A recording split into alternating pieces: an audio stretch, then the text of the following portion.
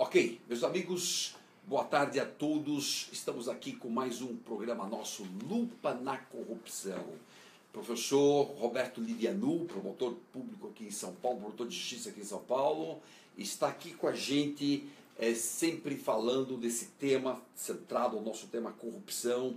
E hoje nós temos uma frase do ministro Gilmar Mendes, que se vê, está aqui na tela, e nós vamos comentar exatamente esta frase. Vamos comentá-la, né? Vamos para a eleição de 2018 só com doações de pessoas físicas e muito provavelmente vamos ficar entregues ao crime organizado. Há pessoas que já trabalham no ilícito e algumas organizações que têm modo próprio de financiamento, igrejas, coisas assim. Corremos o risco de ter uma eleição muito distorcida. Bem, aqui nós vamos levantar a bola, Roberto Livianu já vai entrar em campo. É essa pessoa do Gilmar Mendes, o que ele anda fazendo, falando sobre tudo, e a visão completamente equivocada dele, está dizendo que em 2018 nós vamos ficar entregues ao crime organizado nas eleições. As eleições no Brasil sempre foram dominadas por crime organizado. Ou a de 2014 não era um crime organizado do PT e PMDB. Evidente que ali já era um crime organizado. PT e PMDB receberam 120 milhões da Odebrecht. Depois a Odebrecht comprou 5 partidos políticos com dinheiro. Isso já é um crime organizado. E outras eleições precedentes também. E outras candidaturas de 2014 também se valeram de crime organizado. Aécio, por exemplo, ganhou 9 milhões por fora da Odebrecht. Ou seja, o crime organizado é da sempre. Então agora vem Gilmar Mendes dizer que em 2018 vamos ter aqui o domínio do crime organizado. Na verdade ele está se referindo aqui ao PCC. A matéria dele prossegue, está aqui na Folha a matéria dele. Então quando ele prossegue falando, ele diz: é o PCC que vai acabar dominando tudo em 2018. Não, o PCC elege um ou outro. O crime organizado dos poderosos, do PT, PSDB, PMDB, dos corruptos desses partidos, esse crime organizado é que elege a grande força do Congresso Nacional. O PCC elege 3, 4, 5, 10, mas não passa disso a força do PCC. O outro crime organizado é muito pior. Pois bem, avante aqui. Roberto, suas observações, e eu de olho aqui em todo mundo, Kátia Alves, Berenice, Ivonete, Tânia, Angicleio, Gilberto Cordeiro, Brasil inteiro, Gabriel Marinheiro, todo mundo aqui com a gente, firme, Paulo José Barbosa, e vamos que vamos. Boa tarde, Luiz, boa tarde a galera aí do Lupa na Corrupção, prazer estar com vocês todos aqui, e realmente esses comentários do ministro Gilmar Mendes, eles merecem a nossa análise. E não é de hoje que o ministro Gilmar Mendes ele tem falado muito. Inclusive, outro dia, o Procurador-Geral da República, Rodrigo Janot, ele fez um comentário, inclusive, forte. Falando de uma diarreia verbal. Diarreia verbal. Desinteria verbal. Desinteria verbal, porque esses comentários têm sido reiterados, né? E o ministro Gilmar Mendes, é verdade que ele é o presidente do Tribunal Superior Eleitoral, mas nós precisamos lembrar o seguinte: um magistrado, ele precisa ter prudência, porque ele vai julgar os casos.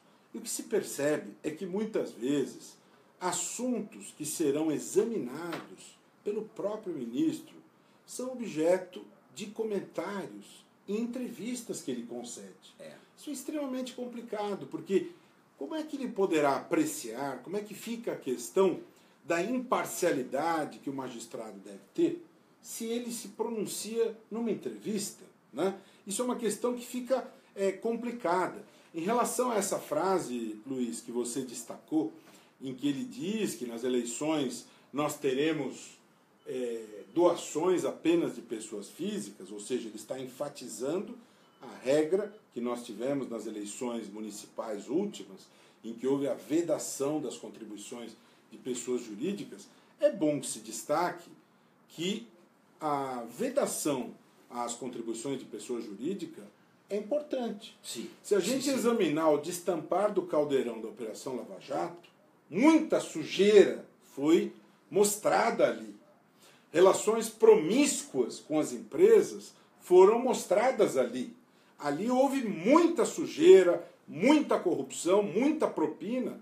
Então, é importante que as pessoas enxerguem que, na verdade, não são doações de empresas. Na verdade, são investimentos. Porque as empresas dão dinheiro e a contrapartida vem depois, né? E aí nós temos aquilo que é chamado pela Justiça Eleitoral de abuso do poder econômico, Sim. de abuso do poder político. Portanto, você impedir empresas de fazer doações em campanhas é uma medida correta. Corretíssimo. Nós precisamos mudar as regras em relação ao financiamento de campanhas. Aí está um problema gravíssimo, por onde nós temos corrupção. Essa medida foi correta. Ele está sugerindo que, como você impediu essas doações, nós vamos ter outros desvios no meio do caminho. A Justiça Eleitoral precisa se equipar. Sim, Nós isso é precisamos correto. fiscalizar, não é, Luiz? Isso. Está conosco aqui Edson Brunhara, Cátia Alves, Gilberto Cordeiro, Sadraque Rocha, Givanildo Nascimento. Esse Gilmar Mendes é uma vergonha, diz o Givanildo. Mas, olha, em suma, Gilmar Mendes, ele não tem sido imparcial. Isto é mortal num juiz. Juiz parcial, ele tira a toga, ele deixa de ser juiz, porque ele passa a ser, na verdade, uma parte, tem interesses ali na parte. Agora, Gilmar Mendes tem coisas mais complexas, porque, como ele tem um curso, ele vive sendo patrocinado. Esta semana, só por causa de uma matéria saída no Estadão, ele acabou se dando por suspeito, no caso em que ele ia julgar, de uma empresa que patrocina os cursos dele. Então, isso de empresas patrocinarem cursos e depois as causas caírem lá com ele, lá no Supremo, pô, isso tudo é uma coisa muito nebulosa. É uma coisa muito nebulosa. Isso é, olha, é muito arriscado o que ele está fazendo. Daqui a pouco ele vai julgar uma causa de gente que está patrocinando, e aí nós vamos dizer que houve corrupção por trás disso. Daqui a pouco, ele está na iminência, ele já está na margem, assim, última para ser tido como corrupto. Daqui a pouco. E pelo volume de conteúdos das entrevistas que ele dá, o risco aumenta, né? Porque ele fala muito. Aliás, eu me lembrava de uma questão interessante, lá nos anos 2000, 2001, quando ele era advogado-geral da União e o ministro da Justiça era Nelson Jobim, eles dois foram os autores do projeto da Mordaça. Você veja que coisa interessante. Foi. Ele propôs um projeto de lei proibindo magistrados e membros do Ministério Público de se pronunciarem na imprensa, né? E ele é o símbolo de um magistrado falando na imprensa. Você vê como é que são as contradições da vida. Contradições da vida. Ele, como AGU, propôs a Priscila Mordaça. aqui com a gente, Israel, Ideu, Ivanete, Luzia Esther, Renato Passos, tá aqui, todo mundo aqui. Gilmar Mendes deveria sair. Claro que deveria sair. Por exemplo, como é que Gilmar Mendes vai julgar agora a cassação da chapa Dilma Temer? Ele é presidente do TSE também. Como ele vai julgar se ele é amigo do Temer? Nós mostramos no vídeo passado que ele teve 8 encontros com o Temer. Eu mostrei as datas, os dias e os locais onde ele se encontrou com o Temer. Quem é que tem 8 encontros com o presidente da República se não for amigo? É mais que amigo conselheiro? Então como é que ele pode julgar esta causa se é um amigo que está ali? Então, em síntese, Gilmar Mendes a cada dia se complicando mais. Daqui a pouco vamos ter que fazer um movimento nacional e aí para buscar o impeachment, né? Que é uma coisa que está todo mundo pensando mesmo nesse impeachment de Gilmar Mendes, mas a sociedade, vamos fazer um movimento grande para que a sociedade pudesse lançar essa ideia de impeachment. Pois bem, esse tema Gilmar Mendes então está aqui. Vamos só dar uma atualizadinha rapidinha em abuso de autoridade, que o Roberto Livianu falou a semana passada aqui com a gente. Só recordar um ponto, Roberto. Continua tudo tramitando e ficou para o dia 18 ou 19? 19 de abril está marcada a votação pelo Senado, né? O relator Requião sinaliza neste sentido. Neste momento, aquilo que a princípio estava se apontando que não se daria muita importância às sugestões do Procurador-Geral da República, Rodrigo Janot. Está sendo trabalhado esse conjunto de ideias apresentado por Rodrigo Janot, e eu tenho a impressão que muitas das sugestões apresentadas por Rodrigo Janot serão incorporadas na ideia, no projeto do abuso de autoridade. Então, aquilo que vem evoluindo desde aquele projeto de Renan Calheiros e que mudou nas mãos de Roberto Requião, e já ainda há uma série de questões graves, pendentes de correção, porque ainda há margem ali para criminalização de hermenêutica. Não se pode punir juízes e promotores pela mera interpretação da lei. Não podemos deixar resquícios ali de tipos penais abertos, porque isso dá margem ao arbítrio, né? E também a lei se diz que serve para punir abusos de juízes, promotores e membros do parlamento. Onde é que estão os tipos penais incriminadores contra membros do parlamento? Não há esses tipos penais. Então esse período deve ser para fazer esses ajustes. Inclusive, nós do Instituto estamos estudando, inclusive vamos fazer isso juntos, apresentar estas sugestões. Então, neste momento, a agenda do PLS 280 é de análise e deliberação no próximo dia 19 de abril no Senado. Então o abuso de autoridade está nesse pé, nós estamos acompanhando atentamente, tentando interferir, sugerindo coisas.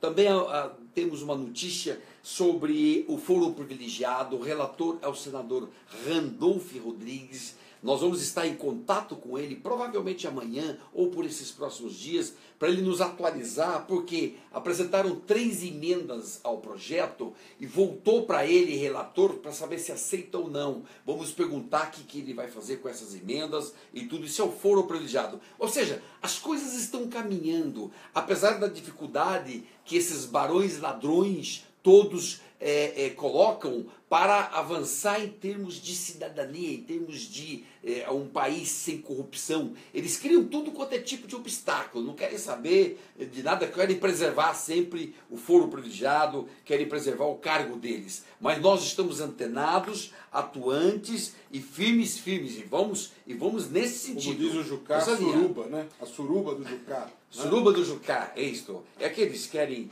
suruba, eles querem fim da sangria e vai por aí afora. Muito bem, eu tenho um livro, Roberto Livianu vai falar desse livro meu, pela primeira vez eu anuncio para vocês o lançamento do meu próximo livro, eu vou contar com vocês lá. Eu estarei lá e todos que puderem devem comparecer dia 23 de maio, a partir das 18 horas na Livraria Cultura do Conjunto Nacional, o novo livro do Luiz Flávio Gomes, O Jogo Sujo da Corrupção. Uma análise profunda a respeito desse fenômeno que a todos nós atormenta. Portanto, quem puder estar presente, participe do lançamento do livro. Eu estarei lá, convido todos vocês, com certeza uma leitura importante para que todos nós possamos conhecer mais a respeito disso e nos indignar cada vez mais e nos unir contra a corrupção, que é algo que nega a todos nós os direitos fundamentais e as políticas públicas. É necessário que nós nos conectemos e conheçamos mais sobre este assunto. Leitura obrigatória. Dia 23 de maio, 18 horas, Livraria Cultura do Conjunto Nacional, Luiz Flávio Gomes, O Jogo Sujo da Corrupção. Todos lá. Legal, todo mundo convidado. Aqui em cima tem o link. Nós vamos colocar aqui o link agora. Neste link já existe uma pré-venda, o livro já está em pré-venda, entrou hoje em pré-venda. Se você já quiser ter acesso a isso, use o link, utilize essa pré-venda e aí no dia leva o livro para que a gente possa autografar e tomar um vinho 23 de maio. Muito bem, muito bem. Ok, que mais de quente para essa semana? Olha, nós tivemos uma notícia importante na semana passada, Luiz, na quinta-feira, a Operação Águas Claras. Águas Claras. Prendeu a cúpula da Confederação Brasileira do Desporto Aquático. Foi. Guaraci Nunes e os demais dirigentes da Confederação Brasileira de Desporto Aquático, a CBDA, foram presos por várias fraudes, desvios diversos.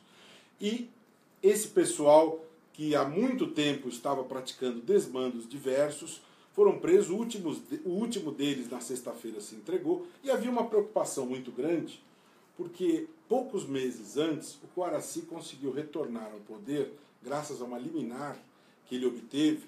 Ele estava afastado numa ação de improbidade, e ele conseguiu uma liminar dada pelo desembargador Nery Júnior, e esse desembargador está sendo investigado por várias questões. Ele retornou ao exercício da magistratura numa liminar do Marco Aurélio Melo. E o desembargador Nery Júnior estaria de plantão neste final de semana, Luiz Flávio, no Tribunal Regional Federal, Terceira Região. No entanto, esse assunto ganhou publicidade, os jornais divulgaram isto, e, de fato, como se imaginou, o HC foi impetrado no final de semana, momento do plantão dele. No entanto, ele despachou e não concedeu o habeas corpus. Ele determinou que o juiz do caso examinasse, portanto, prevaleceu a moralidade e a prisão. Portanto, a cúpula da CBDA continua presa.